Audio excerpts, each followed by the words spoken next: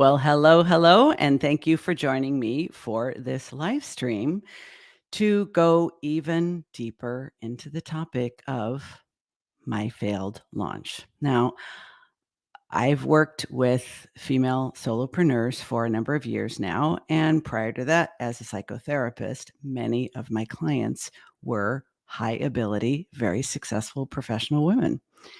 So I speak from considerable experience, as well as my own personal experience, that most women are terrified of failing.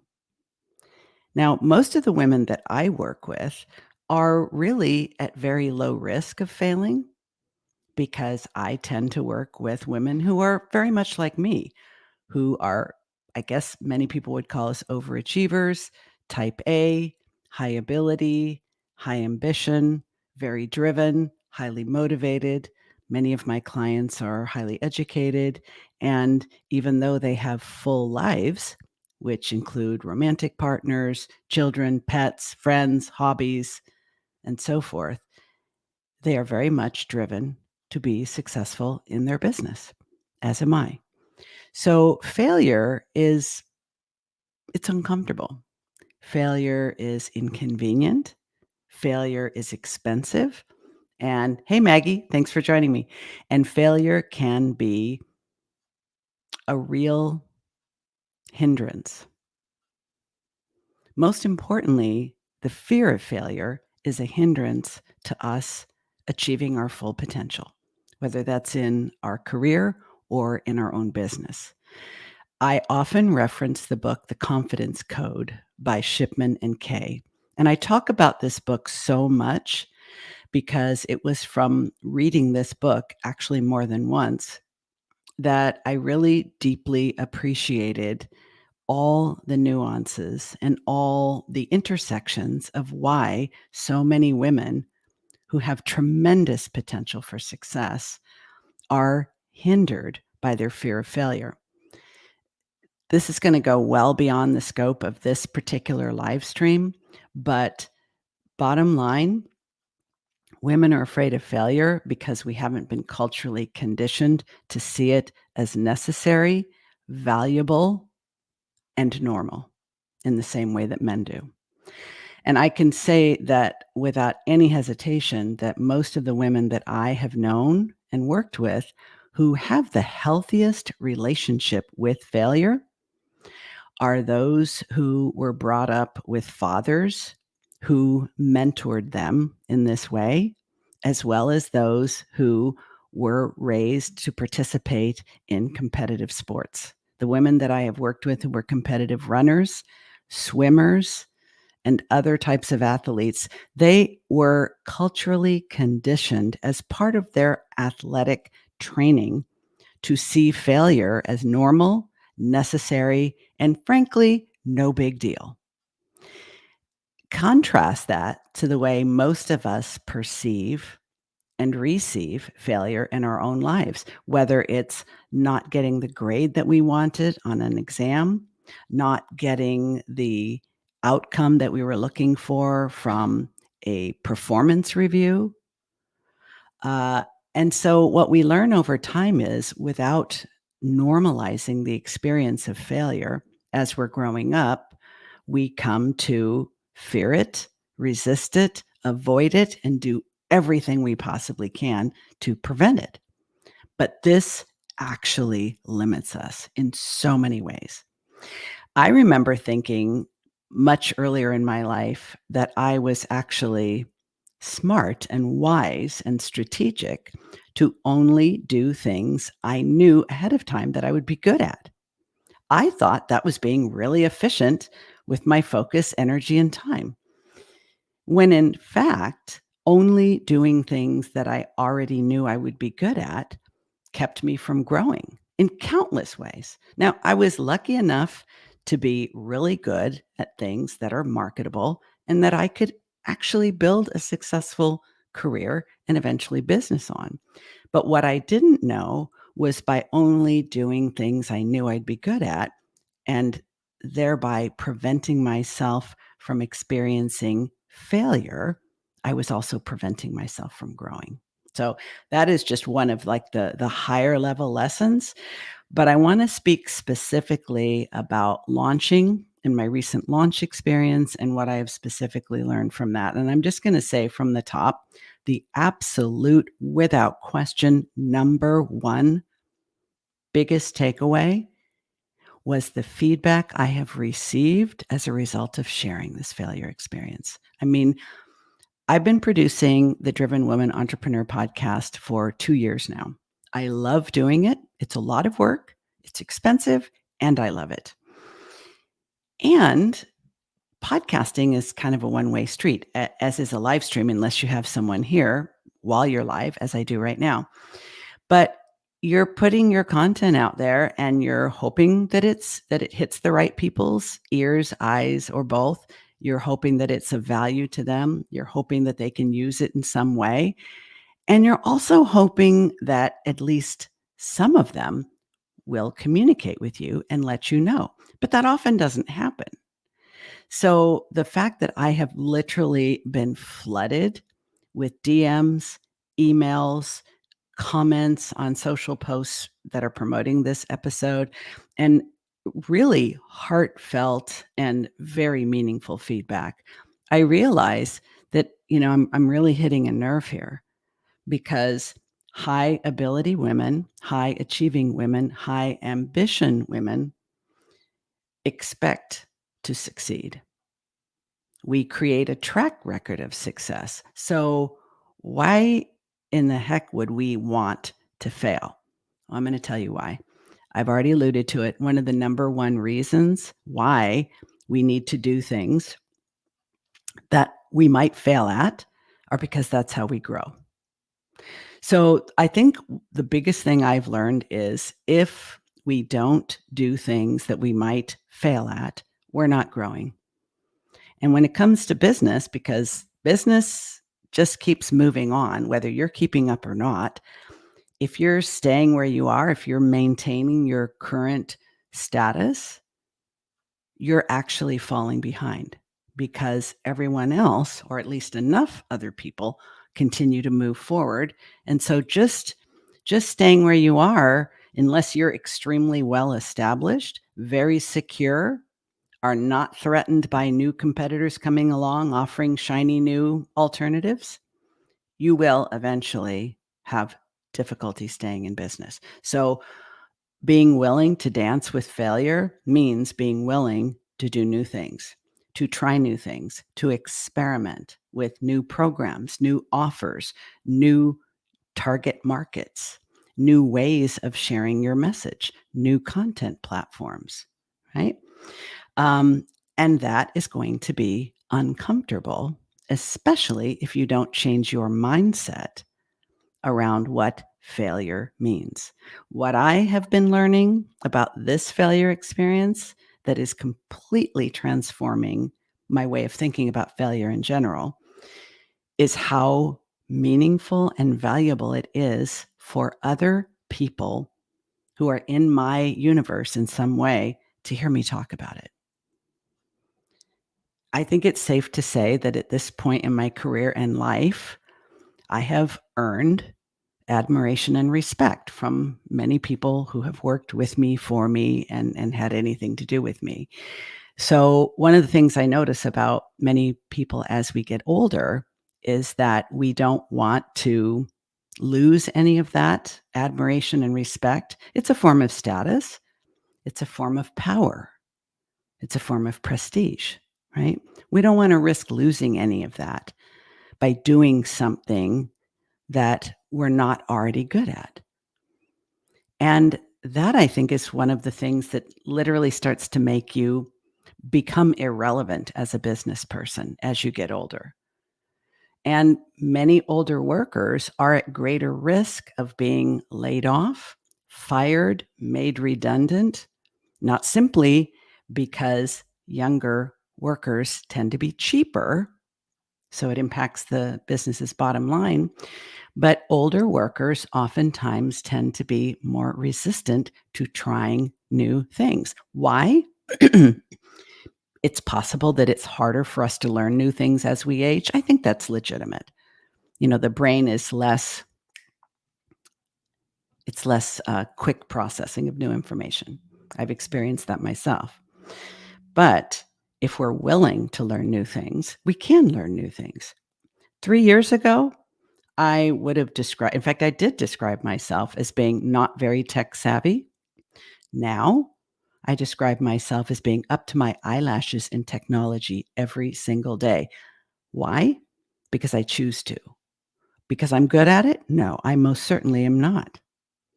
But I'm willing to learn it because I see the advantages of doing so on so many levels. But that means getting more comfortable with failing. So, what I've discovered is that many women who say they're afraid of failure are equally afraid of success. And that may seem like, wait, what? But you work with women who generally are successful. This is true. It's nuanced. It's not black or white. I have to clear my throat. I'm not talking about women who are successful, have no fear of success. Actually, many highly successful women are afraid of achieving greater levels of success. They're also afraid of being able to maintain the level of success that they're at.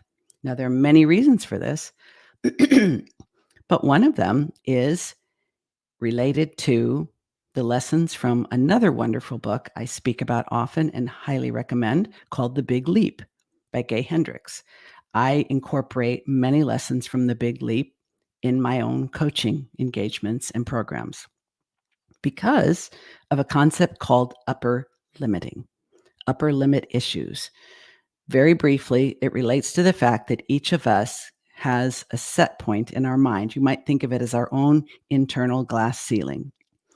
Each of us has our own set point for how much success we think we can accomplish, we can maintain, and that we deserve. And that is a decision that we made in childhood. So when you consider that, the level of success that you have allowed yourself to attain, you may be afraid of losing it. You may be afraid that it'll be taken from you. You may be afraid that you will do something that will cause it to go away. You may be afraid that you will unconsciously sabotage yourself. Or you may be afraid that if you try to go even 1% higher, that your business, your success, and your ability to achieve will be like a house of cards that will completely collapse. These are not conscious fears that we have. We do not walk around thinking this on the regular. I should say most of us don't. But the fear of success will hold us back because of these upper limit issues, and mainly because of the fear that if I allow myself to accomplish more, achieve more, become more successful, not only will I have to dance with failure, but if I achieve the success, it will come with more responsibility. It will come with a greater likelihood that I may disappoint others. And there's also the threat that we will outgrow our current relationships, including our friends and our marital partner or romantic partner. That's a lot of threat going on subconsciously in our mind. One of the things I talked about in the podcast episode about this failed launch was when you are a driven woman, it can be very difficult to know when it feels like you're not where you need to be for a specific goal, in this case, a program launch.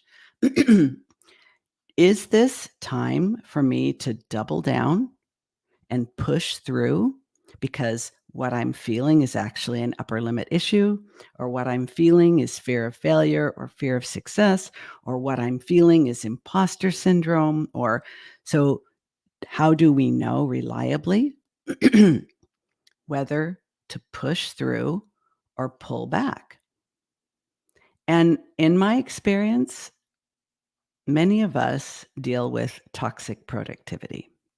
Many of us became as successful as we've become because of dysfunctional dynamics in our family of origin that are essentially trauma.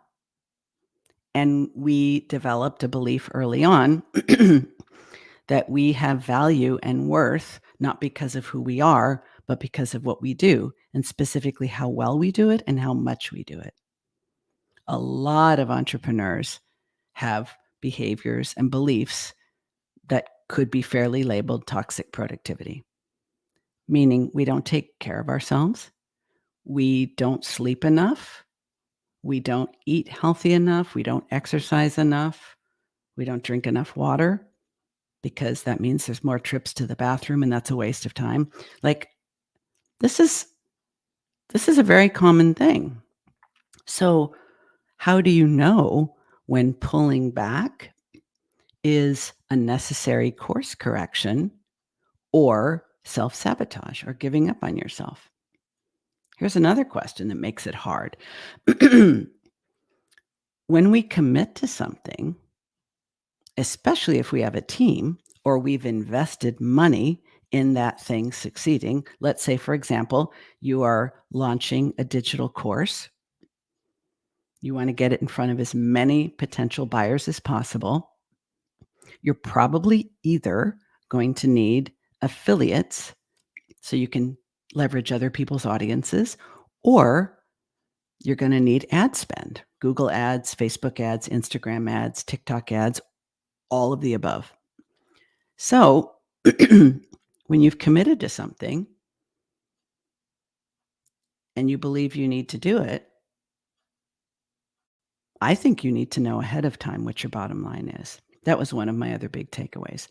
Know ahead of time, especially if you're doing something for the first time, because it's always an experiment. I don't care what high price celebrity, coach, consultant, online marketing guru you may have drank the Kool-Aid of.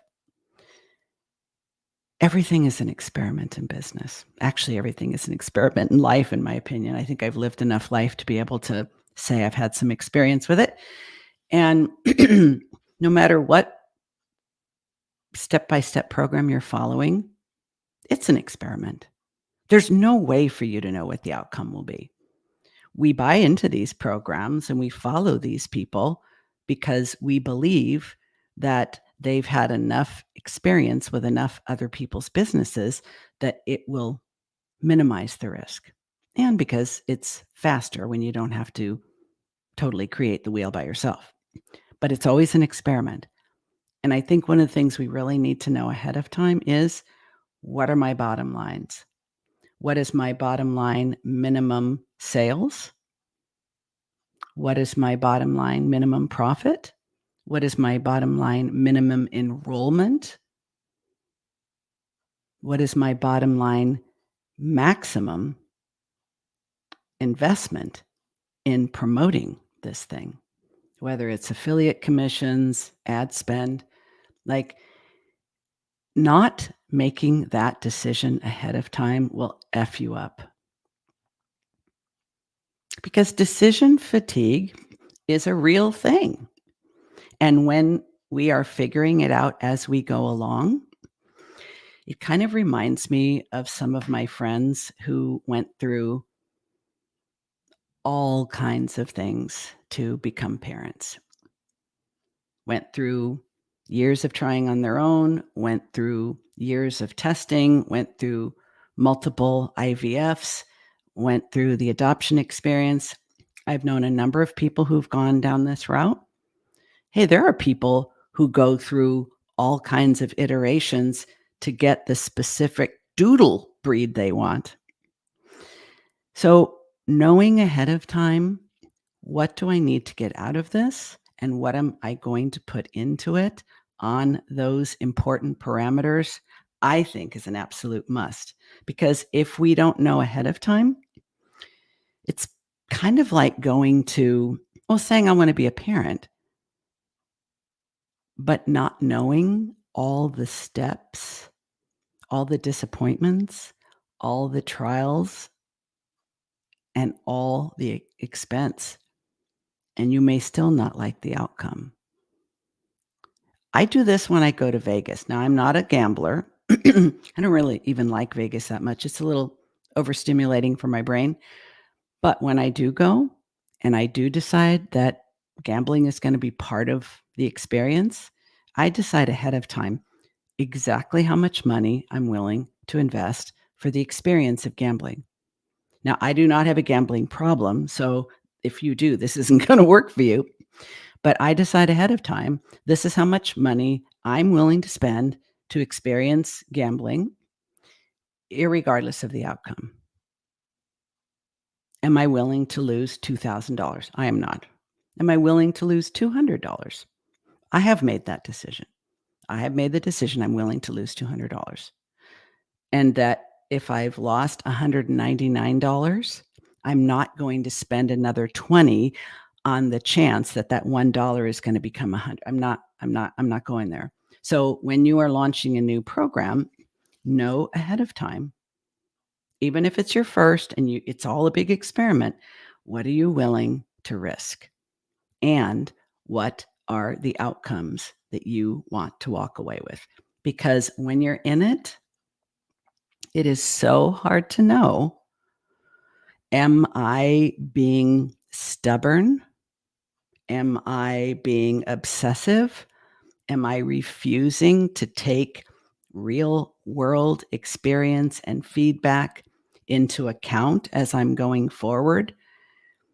We're literally making it up as we go along. And I have lots of experience doing that in business and in life. Winging it may feel very stimulating, exciting, free, and fun.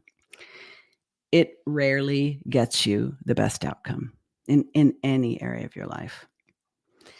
Another way we can decrease our risk of failure for something like this is allowing ourselves to kind of get talked into. I sometimes use the term seduced, allowing ourselves to be seduced by whatever the current trend is in online business. Now, in coaching, there are trends. There right now, I mean, first there was the trend, you got to get to six figures. And every other business coach out there was talking about, I can get you to six figures. I can get you to 100K, six figures, six figures, six figures. That was a trend. Now it's seven figures because apparently enough people were able to reach six figures that it's not sexy anymore. There's tons of people who have an online business who would give up a body part, maybe even one of their favorite body parts, to reach six figures and maintain it. But there have been enough that have made six, and now the theme is seven figures. Another theme that we see, another trend in the coaching industry is scaling. Everybody's hearing you got to scale, you got to scale, you got to scale, you got to scale.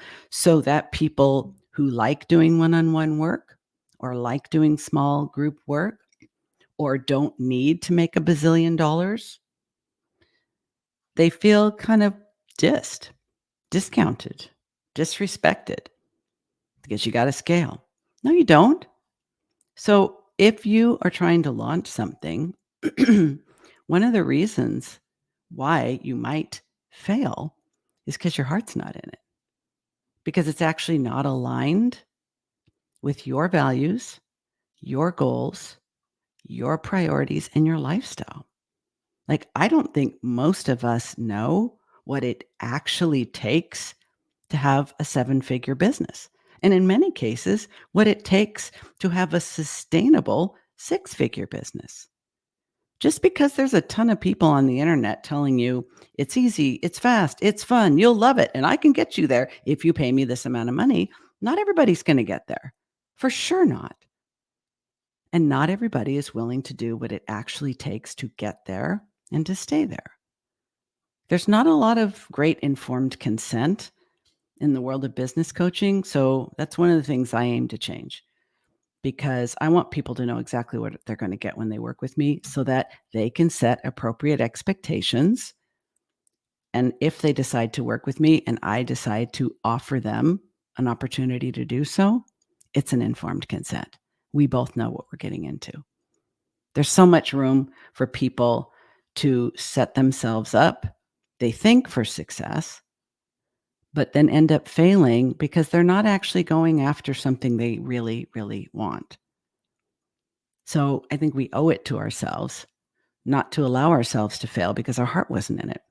I've seen that happen a lot.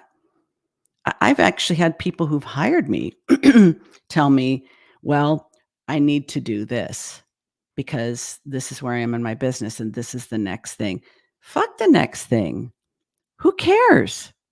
Who cares that it may be the next thing for somebody else or because someone you follow online is telling you it's the next thing?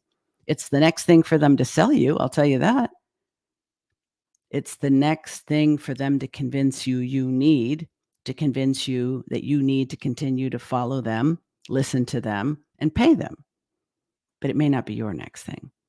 So, one of the other takeaways is, you know, really decide for yourself what your values are. This is one of the things I do with all of my clients. We do values exercises so that they are 100% clear on the 5 things that mean the most to them. It turns out to be a great filter for making decisions. If this possible thing that you're thinking about launching isn't in line with your values, that's a hard no for me. You may not fail at it, but you will fail at it by building something that you hate. And I've certainly seen enough people in the online world build something, spend a lot of time, energy, effort, expense, and opportunity cost building something, and then 3 months later, it doesn't exist anymore because they freaking hated it. Don't do that. That's so unnecessary. That's the kind of failure that I think leaves a bitter taste in your mouth and may even convince you that you're not cut out to be an entrepreneur. The truth is launching is stressful. It is. It's kind of like planning an event, like a wedding or your parents' retirement party or anniversary or whatever. There's a lot of planning, a lot of preparation, a lot of unexpected obstacles and expected ones, a lot of decisions that need to be made in advance and on the fly, a steep curve for effort, and no certain outcome.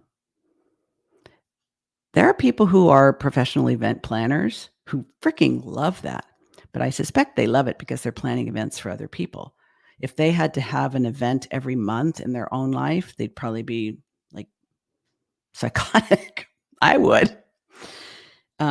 It's very stressful. So, one thing to consider is that the launch model is inherently stressful. And maybe you like that kind of stress because after you have a successful launch, first you create the thing, then you promote and sell the thing, and you enroll people into the thing, and then you deliver the thing. So you're kind of doing one thing at a time. But depending on how many launches you have a year, a lot of people have one big launch a year, like Marie Forleo or Amy Porterfield, but they also have a huge team and tons of affiliates. If it's you or you in a small virtual team, that's another thing to consider. In my program that just had the failed launch, the way it is initially set up, I would be launching it 4 times a year and running it 4 times a year. I'm now reconsidering that. And if you are in the launch model, considering the launch model, I want you to really think about that too. Stress causes us to be black and white thinkers because stress narrows our focus for survival's sake. But stress and survival thinking is the opposite of creative problem solving. So if you're really stressed out by the launch experience or by a failed launch, you need to give yourself some time and hold space for yourself to recover from that. I've actually identified 3 phases of recovering from a failed launch. for myself because I'm in it. Phase 1 is debrief. I think you owe it to yourself, to your team, to like in my case, I wanted to have a specific number of people who are at a specific place in their business who could play well with others to fill the first cohort of my new small group program, the Boss Up Breakthrough. I did not have enough time to properly promote, to send enough emails. I could have done webinars or some other kind of event where people could ask me questions. So, because I lost 3 weeks due to COVID, I really had the entire summer overshadowed by my beautiful Chico's terminal illness diagnosis and knowing the entire summer at any day, this could be it. He did end up passing on September the 12th at home in my arms, which was such a gift, I think, for both of us. But the sadness and the anticipation of losing him absolutely impacted my ability to do all the things that were necessary to truly have a successful launch. But part of the debrief for me, phase 1 of recovering from the failed launch, is debriefing for myself, like what actually happened. And I did record the episode Lessons from a Failed Launch literally within a week of the failed launch. I bet if I were to record a follow-up to that, I'm not saying I will, but if I did, a month from now, 3 months from now, 6 months from now, I think I would have even more valuable insights. But I didn't want to give myself too much time because I knew I would forget, I would move on, and I would convince myself it was no longer relevant. So I wasn't going to give myself a chance to wiggle off the hook that way. So I went ahead and recorded it right away. But I think you owe it to yourself to debrief. I think you owe it to your team to debrief. I need to schedule that because they did a lot of extra work too. And then it just didn't happen. And I think we need to debrief that together. And I think it can be helpful in certain instances to debrief with the people who wanted to be part of the program. And I'm actually in the process of doing that. I'm engaging with several of the people who were like, let's do it. I'm all in. I didn't have enough of the right people to meet my specific requirements for the first cohort, but I am engaging with all of the people who wanted to be part of the first cohort. So the first stage is debrief. The second stage is grief. Now, you may need to reverse the order of those things. I couldn't possibly know what would be best for another person. But what I know is that because I have been grieving Chico, first anticipatory grief for the last couple of months, and now actual grief because he's actually gone. That's sort of overlapping my need to grieve not getting the outcome that I wanted. I chose not to go forward and run the program at this time because I decided ahead of time what my criteria were going to be, what my bottom line was going to be, and it was not met. So I made the decision not to do it anyway. And that feels right to me. But that doesn't mean I don't have a loss to deal with. I just believe that the debriefing part allows me, for the kind of person I am, my psychological makeup, to first do the cognitive work of what the hell happened? Because I'm an Enneagram 7. That's one of the head-based types. I'm an ENTJ, very much a head-based type. So I first have to go to the cognition and to think about what happened before I can get to the heart, before I can get to the emotions. My emotions are not as accessible to me as my thoughts. But if I take care of the thoughts first, then the emotions can come. I've been doing more crying in the last few weeks than I have in a very long time, and I think that's a good thing. So after a failure, first debrief and then grief. You might need to do the reverse. And then the third is relief. So I know that's very clever, and I like that. It makes it more memorable. Debrief, grief, relief. What does the relief look like? For me, the relief will come and is starting to come in the form of, now what? Like, if it's just, okay, now I know why it happened. Now I'm feeling the feels for what happened. Moving on. That's not extracting all the possible value from the experience. Part of the debrief and grief, and also the relief, is choosing to record, choosing actually first to share it with my mastermind and get their feedback. And they all said, I said, I'm thinking about recording a podcast episode about it. 100% of them said, yes, yes, yes, do it. And I needed that accountability so I didn't chicken out. I'm getting some relief from the incredible feedback that I'm getting from people saying how much listening to that episode has helped them.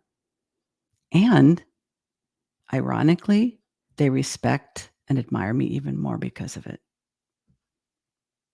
I mean, I've heard this can happen, but I haven't been terribly vulnerable up to this point on the podcast. I mean, I've been open. I share things very willingly. I'm pretty much an open book. Makes my husband just cringe because he's very private, but I'm just like, hey, what you see is what you get. Ask me anything, literally. I invite people to ask me anything. Most of them are too scared to do so. But the relief also comes in knowing that, yes, it's a fail, and it was a valuable fail because of everything I'm learning, because of everything I'm learning from sharing it with other people, and because I realize, one of the reasons why we resist taking chances, we resist risks, we resist doing new things, we resist putting ourselves out there is because we don't want to fail. But when you do fail, you have 100% control over what you make it mean. Now, most of us, women especially, care a little bit too much about what other people think and not enough about what we think. If you're younger than 50, you have something to look forward to because that will change. Trust me on that. After 50, it starts to reverse itself. Some people tell me it's because they realize time is running out and they don't have time for bullshit anymore.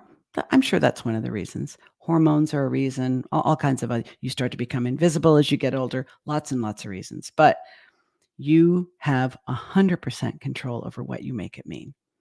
And I decided to make it mean only positive things because